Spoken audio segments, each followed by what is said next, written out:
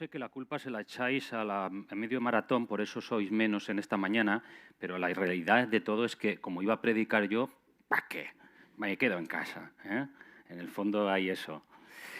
Bueno, mirad, cuenta la historia que durante la Guerra de Independencia de los Estados Unidos, unos soldados trataban de colocar un gran tronco en un cercado, en una valla.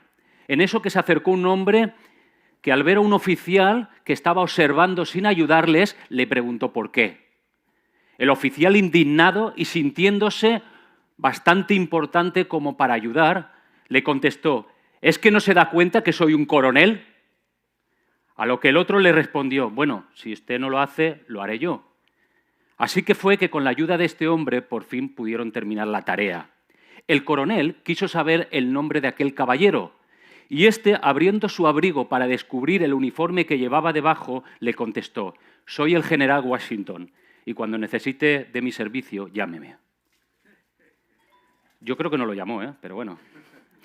Había llegado el momento de subir a Jerusalén, como hemos escuchado en la lectura, y Jesús nuevamente anuncia su muerte. Esta era la tercera vez que lo anticipa, siendo en esta ocasión aún más explícito que las anteriores. Jesús, dice el texto, que iba delante de ellos a solas, y todo parecía presagiar el peligro que se avecinaba. Para él, aquel camino significaba dolor, padecimiento en Getsemaní y la agonía de la cruz. Tenía la determinación de hacer la voluntad del Padre, y aun siendo consciente de que iba a ser entregado, se burlarán, le escupirán, le azotarán, le entregarán, pero al tercer día resucitará.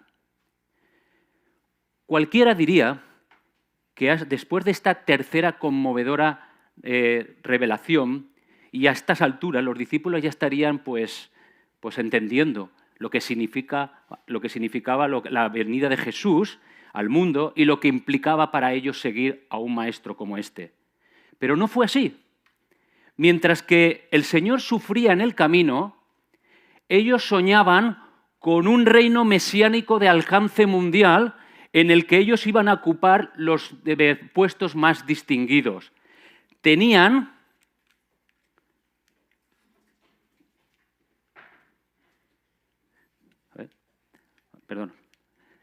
sueños de grandeza. Todos los discípulos pensaban en lo mismo, todos, pero dos de ellos se acercaron del resto, se separaron del resto para ser elegidos de antemano como los primeros ministros en el reino de Cristo. Jacobo y Juan son quienes hacen la petición, pero de entrada no dicen lo que quieren, como observáis en la lectura. Solicitan al Señor una especie de cheque en blanco. Maestro, queremos que nos conceda lo que vamos a pedirte.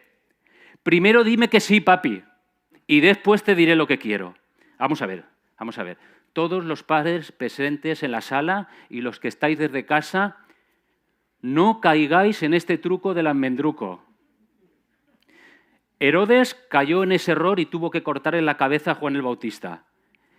Alguien decía que esto es como decirle a Dios en oración: Señor, te pedimos humildemente que hagas exactamente lo que nosotros queremos que tú hagas. Esta es una oración arrogante, egoísta y peligrosa. Pero bueno, el tema de la oración ya lo vimos con Antonio la semana pasada. Por supuesto, el Señor era lo suficientemente sabio para no caer en este gancho. Él les preguntó: bueno, ¿qué queréis que haga por vosotros? Primero decidme lo que queréis y luego os daré mi respuesta. Señor, esto es muy sencillo. Mira, concédenos que en tu gloria nos sentemos uno a la derecha y otro a la izquierda. Lo que nosotros queremos es que cuando tú vengas y llegues con poder, nos concedas los puestos más importantes en el gabinete. Unos listos, sin duda, pero sin duda también una ambición insensata. Es sencillamente increíble. No sé si os dais cuenta. Cristo acaba de decirles que será condenado a muerte, burlado, escupido, azotado, y ellos tratando de obtener los mejores puestos del gobierno.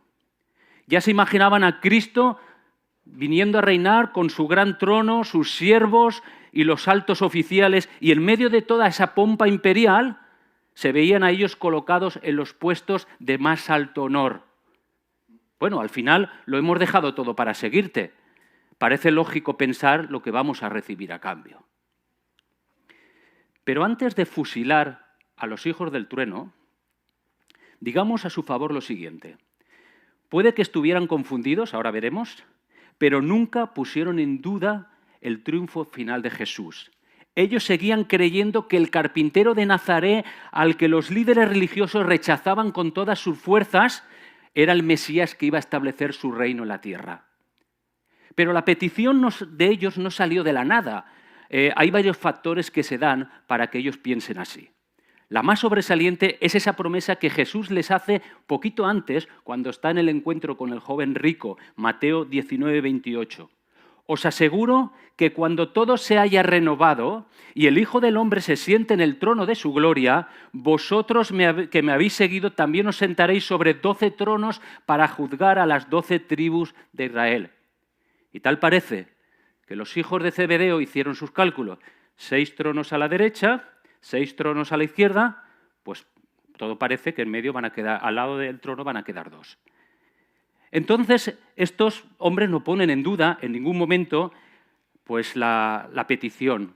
Ellos creían en Jesús, sabían que Jesús iba a reinar y por lo tanto ellos van adelante con su petición. Pero no acababan de entender la naturaleza de ese reino ni lo que significaba seguir a un rey como ese. ¿No sabéis lo que pedís? ¿No sabéis lo que pedís? ¿Podéis beber del vaso que yo bebo o ser bautizados con el bautismo con que yo soy bautizado? Jacobo y Juan tenían razones humanamente legítimas, pero ignoraban que el camino de la cruz, el camino que lleva al cielo, es el camino de la cruz. En mi reino, la cruz siempre precede a la gloria. Esto es algo que muchas personas no entienden, por eso rechazan la fe cristiana. Ellos querían una corona sin cruz, gloria sin sufrimiento, honra sin humillación. Pero mis hermanos y hermanas, eso no es posible para el discípulo de Cristo. Porque ese es el camino que Él tuvo que transitar para salvarnos. Y aunque la muerte de Cristo es única e irrepetible, ninguno de nosotros va a tener que morir por los pecados de otros, hay un sentido en que todos los creyentes debemos identificarnos con esa copa y ese bautismo en su sufrimiento y en su humillación, o nunca participaremos de su exaltación y de su gloria. En esta etapa de la historia de la redención, los que estén más cerca del Señor más sufrirán. ¿Estáis dispuestos, hijos de Zebedeo, a participar y a sumergiros juntamente conmigo en mi sufrimiento? ¿Podéis realmente identificaros conmigo en esto? Con una extraña mezcla de ignorancia, fe y devoción, respondieron al Señor. Sí, claro, podemos. Estaban seguros de su fuerza, pero curiosamente, sin embargo, tiempo después se darían cuenta de su propia debilidad. Piernas que me valgan, porque todos los discípulos abandonaron a Jesús la noche del arresto. Y Jesús les dice ahora, el vaso que bebo, beberéis, y con el bautismo con que yo sé bautizado, vais a ser bautizados. El sufrimiento vendrá por causa mía, eso lo podéis tener por seguro. De alguna manera, creo que Jesús aquí estaba prediciendo el martirio de Santiago, que se da en Hechos, y también el exilio de Juan a la isla de Patmos, que según algunas tradiciones también murió de manera violenta. Mas el sentaros a mi derecha y a mi izquierda no me corresponde dároslo, sino a aquellos para los quienes está preparado. No sabemos con exactitud cómo fue que los demás discípulos se enteraron de lo que estaba pasando, pero sí sabemos que se enfadaron, que se indignaron con ellos. Y la razón de su mosqueo no era precisamente espiritual. Todos ellos, en mayor o menor grado, habían guardado en sus corazones una ambición similar. Pero claro, los listos de Jacobo y Juan se adelantaron al resto. Lo habían pedido primero. Cada uno deseaba una posición de más alto honor en el reino de Dios. ¿Y quién no? A la posición, a la pesca de posiciones preeminentes en el reino. Es que sigo preguntando, parece increíble que tras haber estado con Jesús a lo largo de su ministerio y habiendo escuchado las enseñanzas sobre la naturaleza del reino, ellos todavía sigan teniendo aspiraciones políticas de rango y de poder. Y yo ahora pregunto, ¿no os sorprende esto? ¿No os sorprende? ¿Acaso tú y yo no nos vemos reflejados aquí? Los 12 tenían el mismo problema que tenemos tú y yo. Estamos contagiados de una u otra manera por la perspectiva de grandeza que esta sociedad egoísta y narcisista busca una vida fácil y cómoda, un tremendo obstáculo para asimilar el Evangelio del Reino. Pero los seguidores de Cristo tenemos que ser intencionales en descubrir esos movimientos del corazón y rechazar esa tendencia secular. Estos hombres necesitaban urgentemente una perspectiva correcta de la vida cristiana, un entendimiento más profundo del Evangelio. Entonces Jesús los llamó, venid aquí muchachos. ¿Sabéis que quienes se tienen por gobernantes de las naciones se enseñorean de ellas y los poderosos ejercen sobre ellas potestad? De acuerdo con la sociedad, la grandeza de una persona es directamente proporcional a la cantidad de personas sobre las que se puede enseñorear. Es grande el que puede mirar a otros desde arriba. Es grande el que controla a sus servidores, el que ejerce poder sobre el pueblo, el que oprime, el que se sirve de los demás. Pero no será así con vosotros. Pertenecéis a otro reino donde la grandeza se obtiene de manera distinta a cómo el mundo nos rodea. La verdadera grandeza no consiste en ser un almirante, un general, un jefe de Estado, un futbolista o el pastor de una iglesia. En el reino de Cristo, el que quiera hacerse grande entre vosotros será vuestro servidor, y el que de vosotros quiera ser el primero será el siervo de todos. La palabra ahí literal es esclavo, que en griego es esa palabra que dice doulos, doulos de todos. Es grande el que sirve, no el que es servido. Mirad, no son los discípulos los que deben definir el carácter del reino de Dios. Es el reino de Dios el que define el carácter del discípulo. Y en su reino, la grandeza se mide por la cantidad de personas que están por debajo de ti. No se mide por la cantidad de personas que están por debajo de ti, sino por la cantidad de las personas a las que tú sirves. Por lo que echa esa mentalidad que procura preferencia y gloria y defínete como un discípulo que sirve, como un doulos.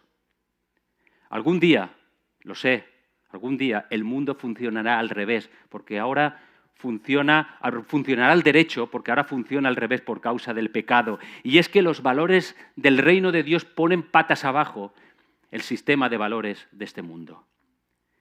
Y es verdad que un día reinaremos con Cristo. Dice Apocalipsis 3:21, al que venciere le daré que se siente conmigo en mi trono, así como yo he vencido y me he sentado con mi Padre en mi trono. Jacobo y Juan no estaban completamente equivocados, pero estaban esperando el cielo antes de tiempo. Estaban buscando los primeros puestos a la manera del mundo y no a la manera de Dios. En el reino de Dios los primeros puestos son para aquellos que sirven y no para aquellos que tienen complejo de realeza. Creo que la mayoría conocéis ese programa de televisión que se llama Factor X, donde se hacen audiciones y los concursantes de talentos hacen lo imposible para alcanzar el sueño y mostrar sus habilidades ante un jurado y un auditorio lleno de personas. Increíble la emoción que se siente cuando son seleccionados por el jurado y aplaudidos por el público. Habréis visto ese programa, ¿no? La sensación que es para ellos. Yo no era nada, no era nadie y ahora el público me alaba en el escenario. En la Iglesia de Cristo no hay Factor X ni equivalente para ese programa. Lo que sí que hay en la Iglesia de Cristo es el factor de la cruz. Y aunque en el transcurso de la vida humana ha habido y hay muchos ejemplos de servicio, nunca uno más sublime, estimulante y alentador como el de nuestro Señor Jesucristo. El Hijo del Hombre, Cristo el Mesías prometido, el Rey de Gloria, el soberano del universo, aquel que ha de venir en las nubes, aquel a quien se le dará la gloria, el honor, la alabanza, el dominio, el heredero legítimo de naciones y pueblos, tenía todo el derecho para venir a este mundo con un séquito de ángeles que le sirvieran hasta el más mínimo detalle. Pero no vino a ser servido, sino a servir y dar su vida en rescate por muchos. Este texto es en miniatura el corazón teológico del Evangelio, que llegó en respuesta a la ambición personal. Una viñeta de la más grande vida que jamás el mundo haya conocido. Y sin lugar a dudas, la cruz fue la mayor demostración de ese espíritu de servicio. Él, siendo rico, se hizo pobre. Siendo igual a Dios, no se aferró, sino que se despojó a sí mismo tomando forma de siervo. Él vivió para servir, murió para servir y resucitó para seguir su reino de servicio. Cuando Él regrese con todo su poder y su gloria en su segunda venida, volverá a asumir el papel de siervo. Bienaventurados aquellos siervos a los cuales el Señor, su Señor, cuando venga, les halle velando, dice Lucas 12:37. De cierto os digo que se ceñirá y hará que se sienten a la mesa y vendrá a servirles. Jesús nunca dejará de servirnos. ¿No os parece esto increíble? Es increíble. Déjame hacerte una pregunta. ¿Cómo crees que te visualizan las personas que tienes a tu alrededor? ¿Como alguien que ocupa voluntariamente la posición de un siervo o como alguien que quiere servirse de los demás? ¿Qué tan pendiente tú estás si los demás te sirven o te dejan de servir? No me llamaron, no me hicieron, no me dieron, no me saludaron, no me. Si es así tu vida, vuelve a poner los ojos en Cristo, que siendo el más grande, se hizo siervo de todos. Él es el ejemplo que tienes que imitar si de veras eres un discípulo de Cristo. Tu preocupación primordial ha de ser la de servir a los otros sin tener en cuenta qué tanto soy servido yo. Mientras más sirves, más grande eres. Mientras más te sirves de los demás, más pequeño e insignificante eres. Porque el más grande de todos y al que tú procesas seguir, no vino para ser servido, sino ¿para qué? Para servir, claro. Y en el reino de los cielos veremos quién eran los grandes y quiénes eran los pequeños. Todos recordamos lo sucedido aquella noche del jueves, su última cena en la tierra, y con el complot de matarlo tomando ya su forma final. Él sabía que su hora había llegado para pasar de este mundo al Padre. El sol se ocultaba. Se iniciaba la celebración de Pascua, la fiesta más importante para todo el pueblo judío, aquella en la que se recordaban las acciones liberadoras de Dios cuando estaban esclavos en Egipto. Durante la mañana y la tarde de aquel jueves se preparaban todos los arreglos para la cena en el aposento alto. Ahí está el grupo de convivencia preparando todas estas cosas. Sería una cena en la intimidad de sus discípulos y donde se destacaría más ampliamente la vida emocional del Señor Jesús y la profundidad de su amor. Y en la que se expresarían sus palabras finales y algunos de los mensajes más conmovedores, poderosos y extraordinarios. Ya vimos una serie en la iglesia sobre este tiempo. Los caminos de aquel entonces no estaban asfaltados, eran polvorientos y sucios, y el calzado eran suelas que se sujetaban a los pies por correa, así como las que algunos lleváis en verano. Por lo que era necesario que los pies habían que lavarlos con frecuencia. Por esa razón, en la entrada de las casas había grandes tinajas de agua y allí había un sirviente o un esclavo con una palancana y una toalla, como esto que tengo aquí, y lavaba los pies a los invitados a medida que iban llegando. Pero hay campos de soledad. En el aposento alto no habían sirvientes. Y los discípulos comienzan a llegar y a sentarse, a acomodarse para la cena. Y allí a vista de ellos estaba, pues eso, la palancana, la toalla, la jarra, y todos comienzan a mirarse, pero ninguno hace ninguna intención de usarlo. Hasta que ocurre lo inesperado. Durante la cena, Jesús se levantó, eso Juan capítulo 13, se quitó el manto que llevaba, se ató una toalla a la cintura, echó agua en un recipiente y comenzó a lavar los sucios pies de 12 discípulos orgullosos. Y yo pienso, ¿qué momento? Se tendría que haber escuchado hasta una aguja caer en el suelo. Los discípulos se miraban unos a otros. ¿Qué está haciendo Jesús? ¿Qué está haciendo Jesús? Su acto vulneraba tan seriamente los límites culturales sobre el estatus que hasta Pedro lo consideró impensable. ¿Tú lavarme a mí los pies? Siendo tú el más grande y yo tan pequeño, ¿vas a usar una posición de sirviente? ¿Acaso tú no habías declarado ser el Hijo de Dios? ¡Qué desilusión! Ellos querían verlo pues haciendo demostraciones de poder y de superioridad. Pero no, ahí está vestido como un esclavo, dispuesto a inclinarse al suelo para lavarles los pies. Increíble. Ver a Jesús, su maestro, arrodillarse, amarrarse la toalla y realizar el trabajo humilde, puso al revés sus sistemas de valores. Y creo que esta lección no se les iba a olvidar jamás. El Dios que tiene todas las cosas en su mano, el más grande de todos, ocupó el lugar más bajo. Este gesto no escondió su divinidad, sino que la manifestó.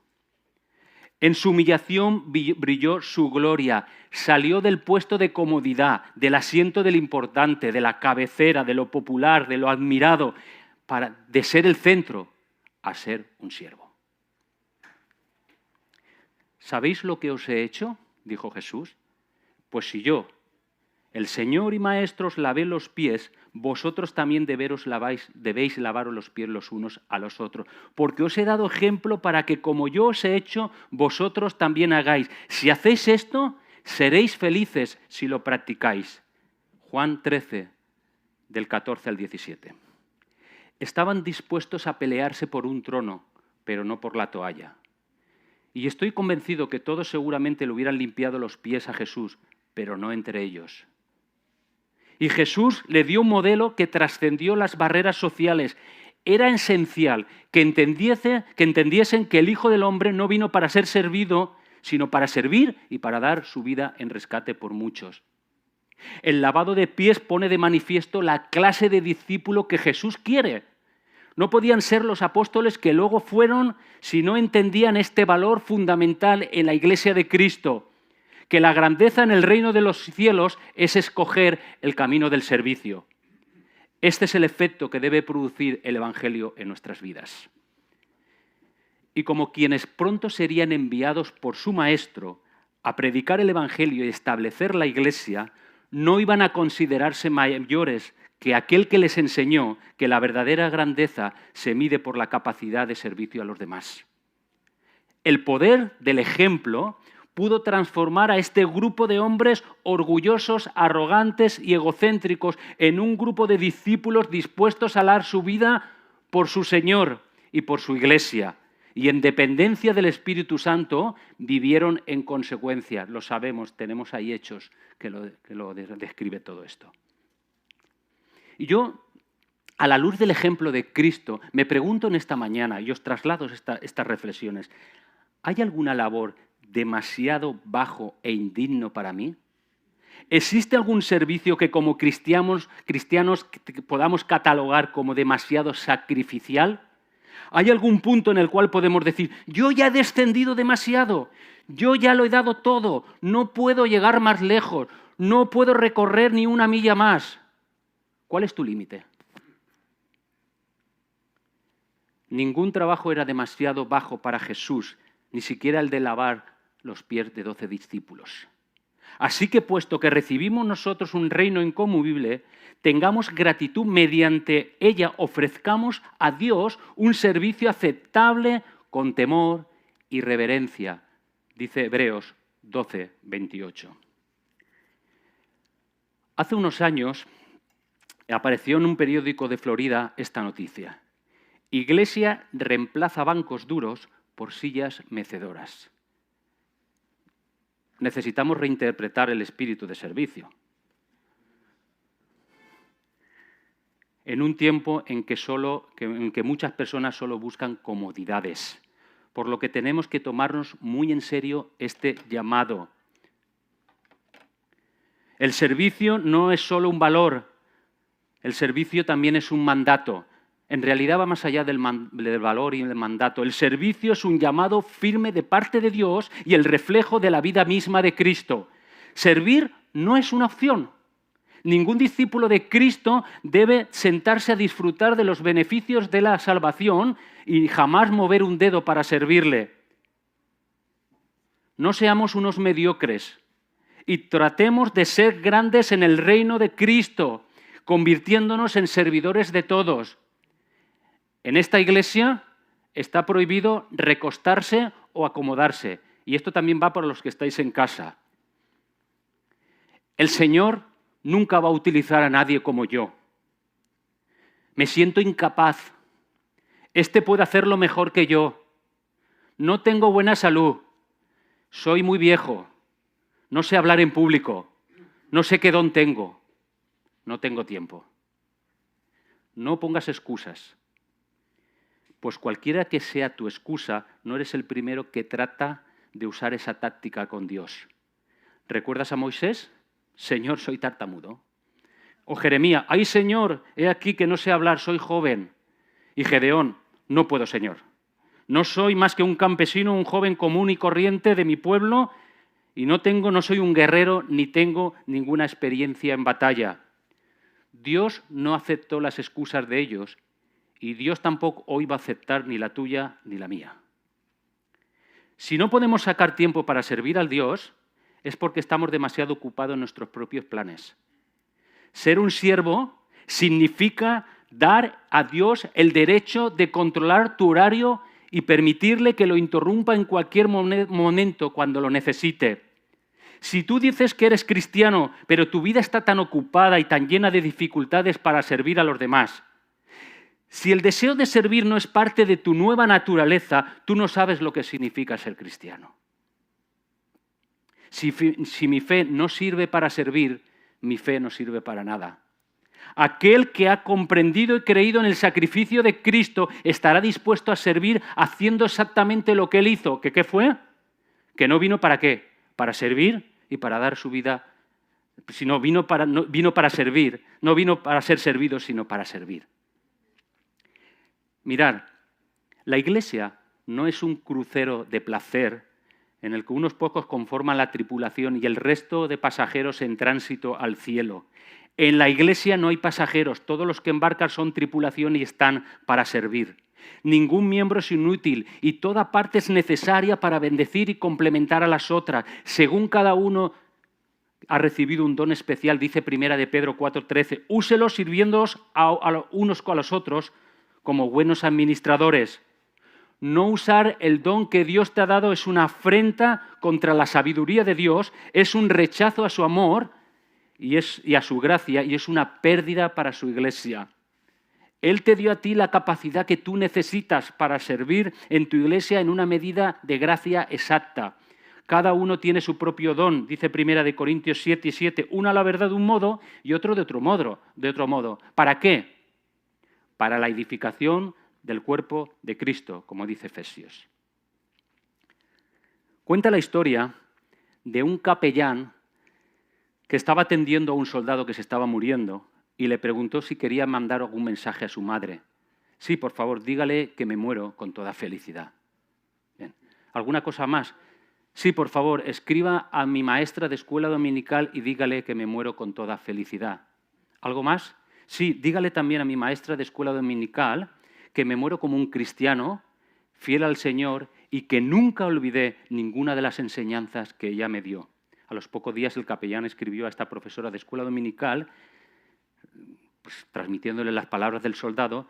Pocas semanas después, esta le contestó, que Dios me perdone, que Dios me perdone. Pues hace un mes renuncié a mi servicio de maestra porque yo pensaba que mi trabajo con esos niños no valía ni servía para nada. E impulsada por mi cobarde corazón y mi falta de fe, abandoné a mis alumnos. Y ahora estoy decidida en el nombre de Cristo a serle fiel y servirle hasta el final de mis días, para la edificación del cuerpo de Cristo. ¿De qué lado estás? ¿Del que sirve o del que se beneficia? Evidentemente, el lavado de pies fue una lección memorable que los discípulos necesitaban. Tenían un concepto erróneo del reino de Dios. Jesús nos enseña que la medida en su reino es muy diferente a la medida de la sociedad. Que entre los seguidores de Jesús, los que quieran ocupar los puestos de más alto honor son aquellos que asumen voluntariamente el lugar más bajo. Y que en nuestra vida cristiana no es de concesiones cómodas ni de privilegios, sino de servicio. Mi querido hermano y hermana, si quieres ser grande, hazte un diácono. No en el sentido oficial, no todo el mundo está llamando en la iglesia a ser diácono, pero sí en el sentido de servicio. Busca maneras prácticas de demostrarlo. Y si no sabes cómo y dónde, ven y dilo. Ayuda donde se necesite. Ora con tus hermanos. Ofrenda. Mirar, hay personas que consolar, enfermos que visitar, desanimados que necesitan estímulo, algunos que andan desordenadamente que necesitan consejo, almas que evangelizar. Ministerios que necesitan tus dones. Comparte con los demás tus experiencias en la fe. Abre tu casa para la comunión. Sonríe a tu hermano y hermana. Dale un apretón de manos y un abrazo, aunque sea al estilo COVID-19. Pero hazlo. Porque a libertad fuimos llamados. Es verdad, dice Gálatas 5:13. Solo que no usemos la libertad como pretexto para la carne, dice, sino sirvámonos por amor los unos a los otros. Para eso tenemos la libertad.